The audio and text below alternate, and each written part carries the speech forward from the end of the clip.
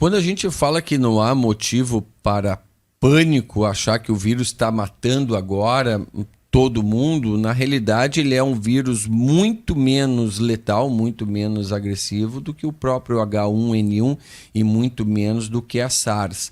Se nós pegarmos a taxa de letalidade, o que é letalidade? É pegar o número de mortes pelo número de casos confirmados. A gente vai ver que o grande problema, a maior parte da letalidade, acima de 14%, é de pessoas com mais de 80 anos de idade.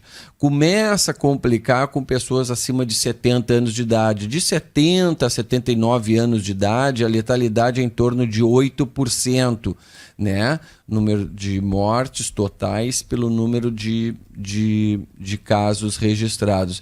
E acima de 80 anos de idade já pula para 14%. Quando baixa disso, abaixo de 60 anos de idade, nós temos menos de 1%, 0 alguma coisa por cento. Isso nós estamos falando, Gil, de casos confirmados, ou seja, aqueles casos que foram feitos no diagnóstico. Ou seja, aqui no Brasil nós temos um caso confirmado apenas, para os nossos ouvintes terem uma ideia. Então nós temos um número muito maior, talvez o dobro de pessoas que tiveram o coronavírus e que não foi detectado.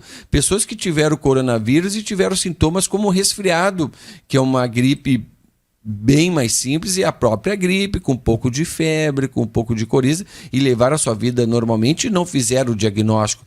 Isso acontece todos os nossos invernos aqui. Nós temos muitas pessoas do nosso inverno que têm a gripe, seja o H1N1, o H3N2 ou outra cepa até, e que não fazem um diagnóstico, não tem o diagnóstico e leva a sua vida normalmente, né? Então a gente tem que ter cuidado para interpretar esses números. Por isso que não há motivo para pânico. E as pessoas que estão vindo ao óbito, são essas pessoas com mais de 80 anos de idade, geralmente essas pessoas apresentam alguma comorbidade, ou seja, tem alguma já doença associada. Ou são pessoas que têm pressão alta, ou são pessoas diabéticas, ou têm DPOC, bronquite crônica, enfisema pulmonar, ou algum tipo de câncer, a pessoa tem um câncer presente. Essas pessoas já têm uma imunidade baixa. Primeiro pela idade, tem mais de 80 anos de idade, que é pela senilidade, né? Nós, a partir de 60 anos de idade, perdemos o poder de manter os nossos anticorpos em dia. Então tem a questão da idade, tem a questão da doença de base que essa pessoa tem, e daí em cima disso a pessoa pega um vírus, né? E daí essas pessoas sim que têm a letalidade maior. Mas agora nós temos grande chance de nós termos um número maior de pessoas infectadas à medida que a temperatura for esfriando. Talvez no nosso inverno a gente tenha casos confirmados. Talvez a grata surpresa boa que teremos é que muito provavelmente ainda no primeiro semestre já terá uma vacina disponível contra o Covid-19. Até o momento não se tem, já se tem testes, já estão sendo feitos testes em pessoas, né? Então tem essa boa perspectiva aí de fazer essa vacina. Bom, temos participações dos ouvintes. O nosso amigo Roberto Viegas diz o seguinte: com a proximidade do inverno, precisamos nos preocupar com a baixa temperatura em relação ao coronavírus?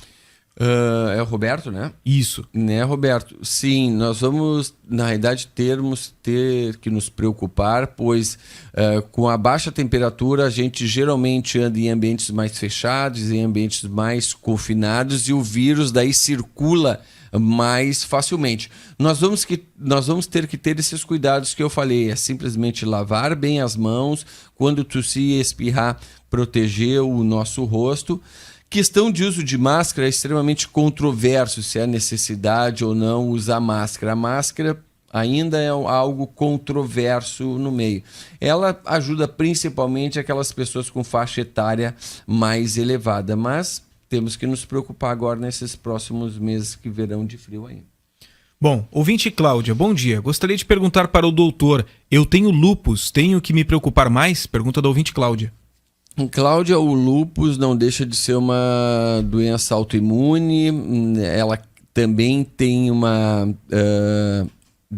causa uma queda da imunidade, você sim tem que ter um cuidado maior do que a população em geral, não resta dúvida nenhuma. O que pode ser orientado para ti, neste momento, não há nenhuma orientação específica, mas caso a gente comece a ter casos, um número maior de casos no Brasil e aqui no Rio Grande do Sul, é para você, né, evitar locais aglomerados. Você sim é uma pessoa que eu orientaria a usar algum tipo de máscara, uma máscara mais adequada, eu digo, né? E também sempre com álcool gel dentro da bolsa, ou sempre que chegar em casa, no ambiente de serviço, lavar as mãos frequentemente.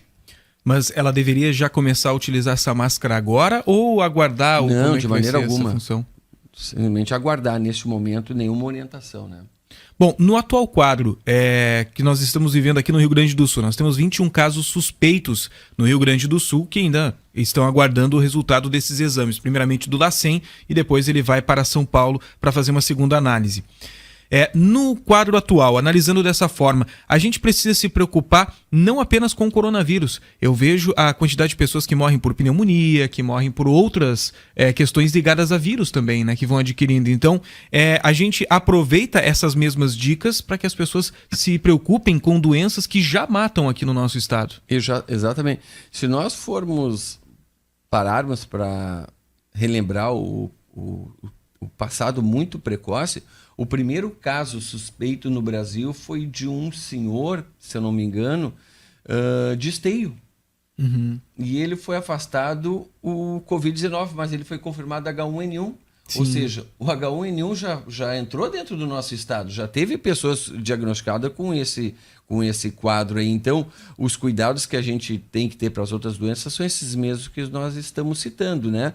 Fora isso daí, manter uma boa alimentação, uma boa hidratação, pessoas que fazem uso de medicação crônica, manter o seu tratamento, pois se pegar uma infecção, a doença de base vai estar controlada. Quem é diabético, manter a sua diabetes controlada, pressão alta, manter a sua pressão dentro dos limites pressóricos adequados. Quem usa os medicamentos para DPOC, manter os seus sprays inalatórios adequadamente.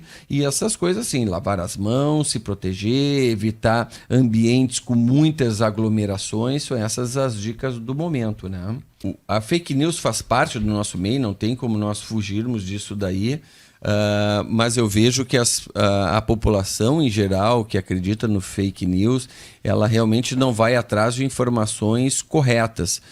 Se a pessoa ouviu uma mensagem, recebeu uma mensagem, seja por rede social ou particular, é interessante que essa pessoa vá até uma fonte confiável. E aqui a gente pode citar a própria Acústica. Entra no site da Acústica e se informe, vê se essa informação já está no ar. Entre no site do Ministério da Saúde, que tem todos o momento atualizado, no caso agora do coronavírus e de qualquer outra doença, seja dengue, antes o chikungunya, enfim, todas essas doenças que nós temos aqui no Brasil. Procure sites confiáveis, né? Porque é muito ruim neste momento nós termos que nos preocuparmos e respondermos a fake news, né? Infelizmente, precisamos fazer isso. O primeiro caso confirmado no Brasil, se eu não me engano, esse senhor foi liberado para casa. Um senhor de 61 anos de idade, que estava muito bem. E aí, né? Ontem chegou a informação que 2 netos dele estavam apresentando sintomas. Já faz ontem, 2 meses, que foi quando ele chegou no aeroporto, a família se reuniu toda, ou seja, ele ainda estava com o vírus dentro, por isso que pede-se aquele período de 14 dias de isolamento, mas já tinham entrado em contato, ou seja, neto, né, tem aquele contato mais próximo.